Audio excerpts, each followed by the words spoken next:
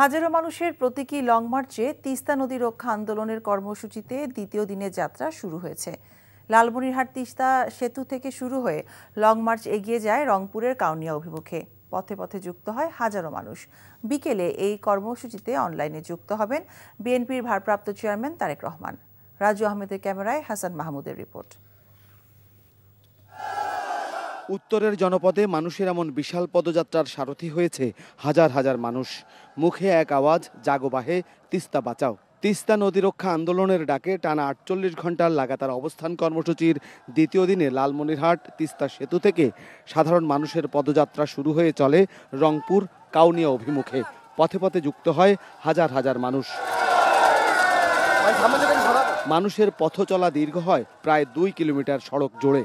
মুখে তিস্তা রক্ষার আওয়াজ তুলে পদযাত্রা এগিয়ে চলে। লং মার্চ বা এই পদযাত্রায় নেতৃত্ব দেন তিস্তা নদী রক্ষা আন্দোলনের প্রধান সমন্বয়কারী আসাদুল হাবিব দুলু। ভারত যদি বন্ধুত্ব চায় তাহলে বাংলাদেশের জনগণের সঙ্গে বন্ধুত্ব করতে হবে। আমরা চাই আন্তর্জাতিক নদী আইনে আমাদের যে পানির হিস্সা সেটা আমাদেরকে দেয়া হোক এবং এই মরুভূমিকে একটি জলাধারে পরিণত করা হোক।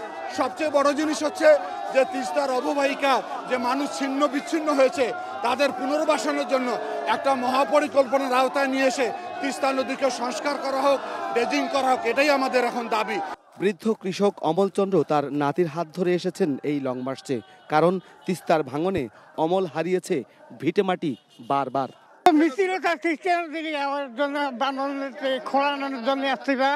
তিস্তায় সমস্যা কি হয় আপনাদের? হ্যাঁ, ক্ষতি করে, বাড়িঘর ভাঙে।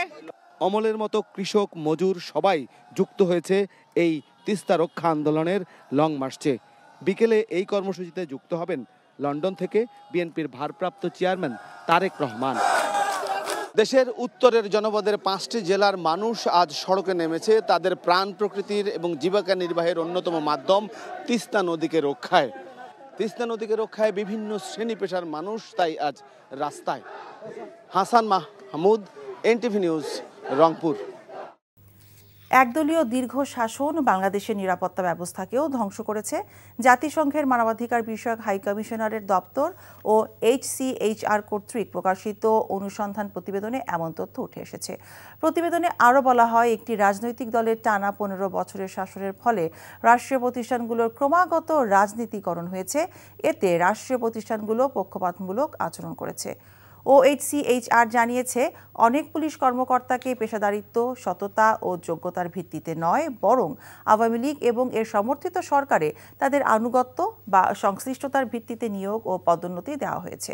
গত সপ্তাহে জাতিসংঘ মানবাধিকার সংস্থা বাংলাদেশে 2024 সালের জুলাই-আগস্ট মাসে আন্দোলনের সময় মানবাধিকার লঙ্ঘন নিয়ে একটি প্রতিবেদন প্রকাশ করে, যেখানে নিরাপত্তা খাতের রাজনীতিকরণ বিষয়ে একটি অধ্যায় অন্তর্ভুক্ত করা হয়। ভবিষ্যতে নির্বাচিত সরকারের সময়েও যেন ফ্যাসিস্টদের মতো জেলা প্রশাসকদের ব্যবহার করতে না পারে, সেজন্য তাদেরকে আইন অনুযায়ী দায়িত্ব পালন করতে নির্দেশ দেওয়া হয়েছে বলে জানিয়েছেন আইন উপদেষ্টা ডক্টর আসিফ নজরুল। জেলা প্রশাসক সম্মেলনে রাখা বক্তব্যে তিনি এই নির্দেশনা দেন। গত ফ্যাসিস্ট রেজিম জনগণকে অত্যাচার করার জন্য, নিপীড়ন করার জন্য এবং তাদের অপকর্ম জায়েজ করার জন্য ব্যবহার করা হয়েছিল।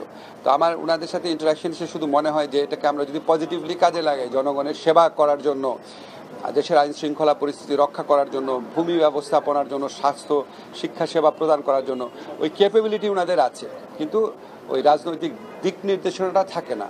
তো আমরা আশা করব ভবিষ্যতে বাংলাদেশে যেই দলই ক্ষমতায় আসুক, কোনোদিন যেন আমাদের যে প্রশাসন ক্যাডারে যে অসীম আমাদের সম্ভাবনা শক্তি রয়েছে, এটা যেন জনগণকে নিপীড়নের কাজে না লাগিয়ে আমাদের সংবিধানে যেভাবে বলা আছে জনগণের সেবা করার কাজে যেন লাগায়। অন্তর্বর্তী সরকারের 6 মাস পেরিয়ে গেলেও মানুষের আকাঙ্ক্ষার জবাবে তারা ইতিবাচক কোনো বার্তা দিতে পারেনি বলে মন্তব্য করেছেন বিএনপি স্থায়ী কমিটির সদস্য ডক্টর আব্দুল মঈন খান। আজ জাতীয় প্রেস ক্লাবের জহুর হোসেন চৌধুরী হলে এক অনুষ্ঠানে তিনি এমন মন্তব্য করেন। আমি এটা বিশ্বাস করি না যে এই অন্তর্বর্তীকালীন সরকার যেদিন তাদের দায়িত্ব গ্রহণ করেছে তার আগের মুহূর্তের যে আবেগ, সেই আবেগ আর দায়িত্ব গ্রহণ করার পরে এই সরকারের যে আবেগ, সেই দুটি কখনো এক হতে পারে না। সংস্কারের নামে নির্বাচন বিলম্বিত করার চেষ্টায় মানুষ অন্য কিছুর গন্ধ পাচ্ছে বলে মন্তব্য করেছেন বিএনপি মহাসচিব মির্জা ফখরুল ইসলাম আলমগীর। কারো ক্ষমতার খায়েশ থাকলে নতুন দলে যোগ দিয়ে ভোটের মাধ্যমে ক্ষমতায় আসার আহ্বান জানান তিনি। প্রয়োজনীয় সংস্কার শেষে দ্রুত নির্বাচন দেওয়ারও দাবি তার। সাইফুল ইসলাম সজলকে সাথে নিয়ে যশোর থেকে ইমরুল হাসানের রিপোর্ট, ক্যামেরায় ছিলেন ইউনুস আলী।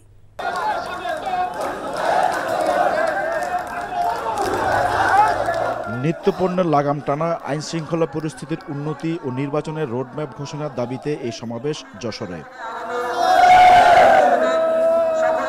দুপুরের মধ্যেই কানায় কানায় পূর্ণ হয়ে যায় টাউন হল ময়দান। বিএনপির মহাসচিব বলেন, 5ই আগস্ট স্বৈরাচারের পলায়নের মধ্য দিয়ে দেশ ফ্যাসিবাদ মুক্ত হলেও ভোটাধিকার প্রতিষ্ঠা না হওয়া পর্যন্ত পুরোপুরি মুক্তি মিলবে না সাধারণ মানুষের। তিনি বলেন, বিএনপি সংস্কারের বিপক্ষে নয়, তবে সংস্কারের নামে নির্বাচন বিলম্বিত করা যাবে না। সংস্কারের নাম করে মানুষের যে অধিকারগুলোকে পিছিয়ে দেওয়া, মানুষ কিন্তু অন্য কিছুর গন্ধ পায়। নির্বাচনের কথা বলে 1/11-তে একটা ঘটনা ঘটেছিল, মনে আছে আপনাদের? তখন ফখরুদ্দিন মঈনুদ্দিন খুব বড় বড় কথা বলে, সংস্কারের কথা বলে, তারপরে ক্ষমতাকে দখল করবার চেষ্টা করে। আজকে পরিষ্কার করে বলতে চাই, প্রফেসর ডক্টর ইউনূসকে আমরা সবাই থেকে সম্মান করি, শ্রদ্ধা করি, এবং তিনি সত্যিকার অর্থে আমাদের বাংলাদেশের জন্য একটা গৌরব। তিনি নোবেল পুরস্কার পেয়েছেন। বিশ্বের সমস্ত নেতারা, অর্থনীতিবিদেরা, সংস্কারকরা তাকে অনেক সম্মান করে, শ্রদ্ধা করে, আমরাও করি। সেই জন্যই আপনি যখন দায়িত্ব নিয়েছেন, আমরা এইভাবে আশ্বস্ত হয়েছিলাম যে আপনি সত্যিকার অর্থেই সুবিবেচকের মতো অতি দ্রুত মানুষের অধিকার থেকে ফিরে দেওয়ার ব্যবস্থা করবেন। যে নির্বাচনের জন্য যতটুকু সংস্কার দরকার, যেখানে যেখানে পরিবর্তন আনা দরকার পরিবর্তন আনুন, আমরা সংস্কারের বিরুদ্ধে নেই, কিন্তু দ্রুত নির্বাচন দিন। উপদেষ্টাদের কারো কারো ক্ষমতায় থাকার ইচ্ছা আছে মন্তব্য করে পথ ছেড়ে তাদের ভোটের মাঠে নামার আহ্বান জানান মির্জা ফখরুল। ক্ষমতায় থাকতে চান, নির্বাচন করেন, ইস্তফা দেন, যে নির্বাচন করে পার্টি করে। আমরা স্বাগত জানাই। নতুন দল করবেন, আমরা খুব খুশি, কিন্তু সেই নতুন দল কিন্তু ক্ষমতায় বসে করা যাবে না। জাতীয় নির্বাচনের আগে স্থানীয় সরকার নির্বাচনের তীব্র বিরোধিতা করেন তিনি। বলেন, স্থানীয় নির্বাচনের মাধ্যমে রাজনীতিতে ফেরার সুযোগ পাবে ফ্যাসিবাদী শক্তি।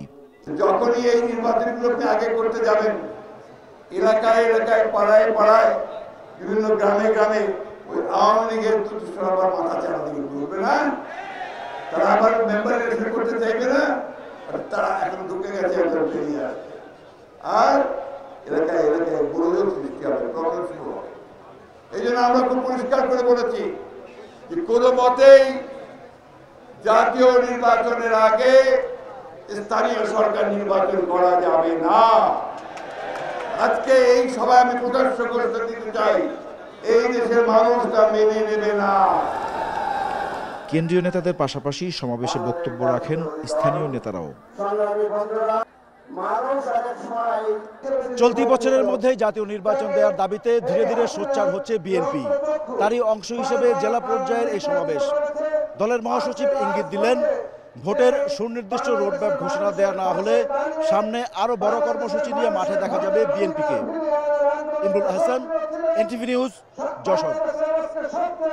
জুলাই আগস্ট হত্যার ঘটনায় মানবতাবিরোধী অপরাধের অভিযোগে দায়ের হওয়া মামলায় শেখ হাসিনা সহ 46 আসামির বিরুদ্ধে তদন্ত প্রতিবেদন আগামী 20 এপ্রিলের মধ্যে শেষ করতে নির্দেশ দিয়েছেন ট্রাইব্যুনাল।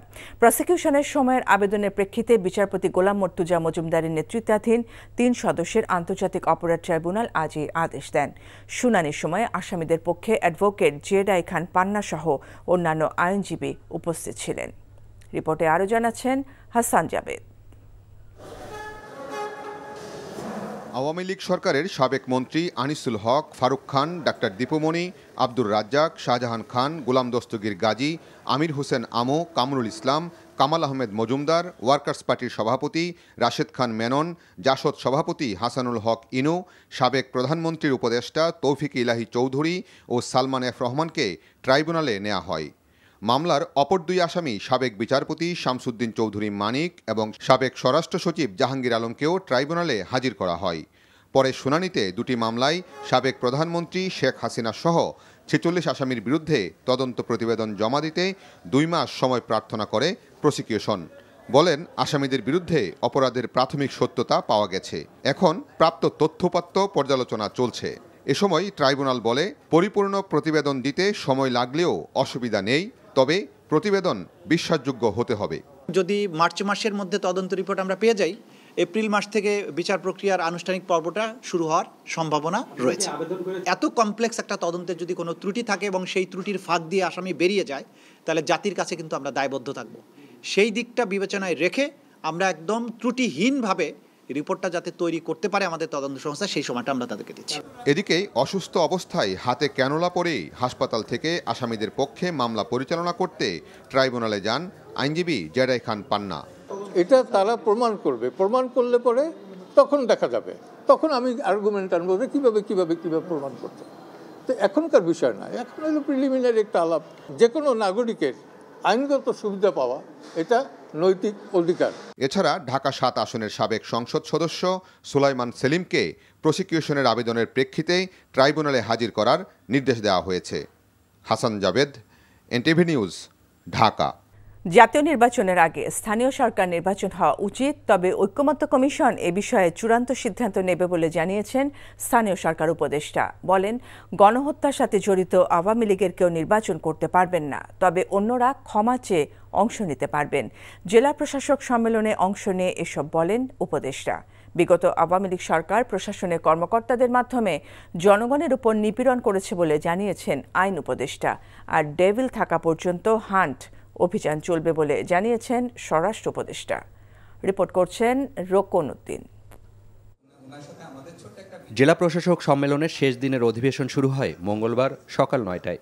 প্রথম সেশনে অংশগ্রহণ শেষে প্রধান উপদেষ্টার বিশেষ সহকারী জানান, ৫ আগস্টের আগে পরে পুলিশের ৬,০০০ অস্ত্র লুট হয়েছে, তার মধ্যে এখনও ১৪০০ অস্ত্র ও ২.৫ লাখ গুলি উদ্ধার হয়নি। স্বৈরাচার এবং তাদের দোসররা বিভিন্ন জায়গায় সংগঠিত হচ্ছে এবং কর্মসূচি দিচ্ছে এবং তারা দেশকে একটা অরাজকতার দিকে নিয়ে যেতে পারে, সে ব্যাপারে তাদেরকে সজাগ থাকতে হবে। আমাদের যুব সমাজের জন্য একটা ইউনিভার্সাল মিলিটারি ট্রেনিংয়ের ব্যবস্থা করা যায় কিনা, যেখানে আমাদের যুব সমাজের যারা আছেন তারা মিলিটারি ট্রেনিং পেতে পারেন। পরে বিভিন্ন মন্ত্রণালয়ের সাথে আলাদা আলাদা সেশনে উঠে আসে দুর্নীতি কমানো, জনগণের প্রতি জেলা প্রশাসক সহ প্রশাসনের কর্মকর্তাদের দায়বদ্ধতা সহ নানান বিষয়। এত বড় রাষ্ট্রের একটা রিসোর্সকে গত ফ্যাসিস্ট রেজিম জনগণকে অত্যাচার করার জন্য, নিপীড়ন করার জন্য এবং তাদের অপকর্ম জায়েজ করার জন্য ব্যবহার করা হয়েছিল।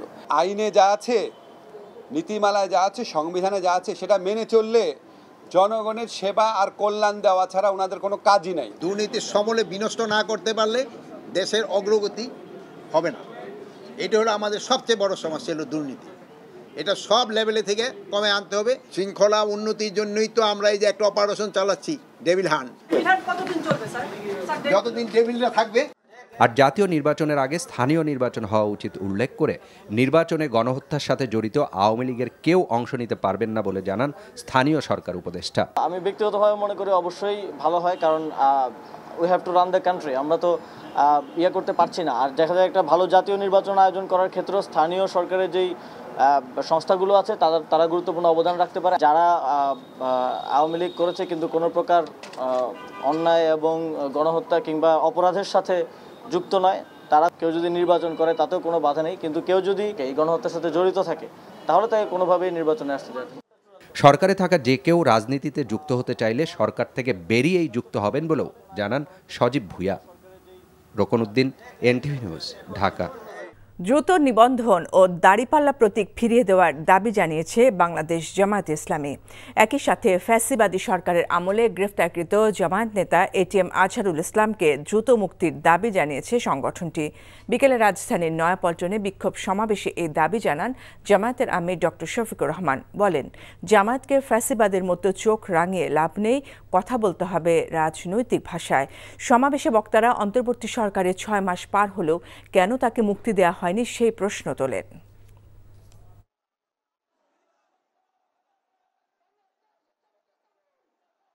আজহারুল ইসলাম সাহেব কবে মুক্তি হবেন সুস্পষ্টভাবে জানতে চাই সরকারের কাছে। আমরা তো চাইনি, কল্পনাও করিনি এইভাবে আমাদেরকে রাস্তায় নামতে হবে। প্রিয় আজহার ভাইয়ের মুক্তির দাবিতে আমরা বাধ্য হয়েছি। আমরা স্পষ্ট বার্তা দিতে চাই, তার মুক্তি না হওয়া পর্যন্ত এই সমাবেশ প্রথম নয়, শেষও নয়, সমাবেশ, বিক্ষোভ, আন্দোলন অব্যাহত থাকবে। র্যাব পুনর্গঠন ও নাম বদলের বিষয়ে সিদ্ধান্ত আইন শৃঙ্খলা সংক্রান্ত উপদেষ্টা কমিটির পরবর্তী বৈঠকে নেওয়া হবে বলে জানিয়েছেন স্বরাষ্ট্র উপদেষ্টা জাহাঙ্গীর আলম চৌধুরী। বিকেলে সচিবালয়ে কমিটির বৈঠক শেষে একথা জানান তিনি। হ্যাঁ, র্যাব নিয়ে আলোচনা হয়েছে এবং এইটা ব্যাপারে আমরা একটা প্রপোজাল পাঠিয়েছি, মানে একটা আইডিয়া দেওয়া হয়েছে একটা নাম এবং একটু ড্রেসের ক্ষেত্রে আমরা আগামী সবাই, যেহেতু সবাই এটা নিয়ে একটু চিন্তা ভাবনা করতে হবে, তারপরে আগামী সবাই এটা সিদ্ধান্ত দরকার হলে নতুন করে গঠন করা হবে। না, এটা প্রধান উপদেষ্টার কাছে। এখানে আমরা আলোচনা করছি, করতে একটা জিনিস করতে গেলে তো আগে নিজের ভিতরে তো একটা আইডিয়া আসতে হবে। উত্তরায় যে ঘটনা ঘটছে কিন্তু এটা সাথে সাথেই কিন্তু তাদের আইনের আওতায় আনা হয়েছে, তাদের কিন্তু সাথে সাথে অ্যারেস্ট করে। এখন আইন শৃঙ্খলার বাহিনীর কাজ হলো অ্যাকশনটা তারা সাথে সাথে নিতে পারতেছে কিনা। দেশের স্বার্থ বিকিয়ে ভারতকে গত 15 বছরে সুবিধা দিয়েছে বাংলাদেশ।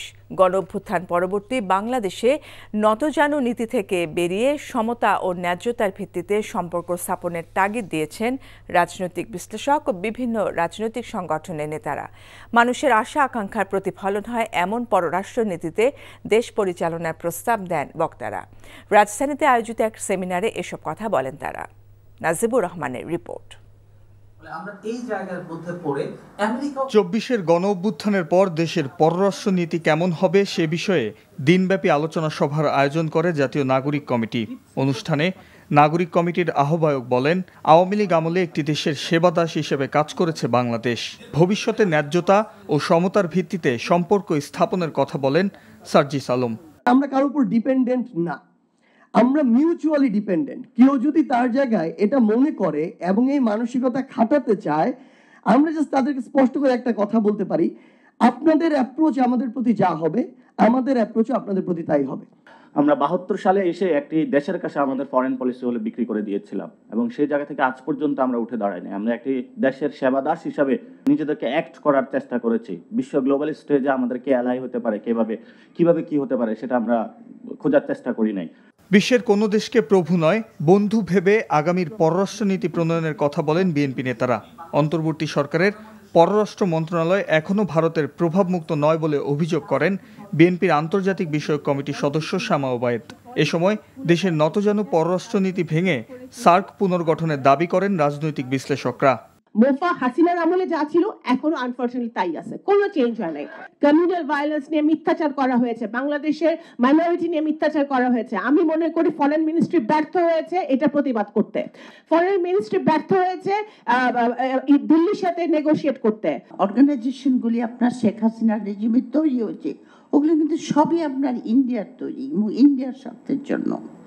সুতরাং সাউথ ইস্ট এশিয়ার দিকে আমাদের নজর ফেরাতে হবে, সে বিষয়ে কোনো সন্দেহ নেই। গত 15 বছরে ভেঙে যাওয়া পররাষ্ট্রনীতি জুলাই অভ্যুত্থানের মাধ্যমে পুনরুজ্জীবিত হয়েছে বলেও মন্তব্য করেন বক্তারা। Najibur Rahman, NTV news, Dhaka.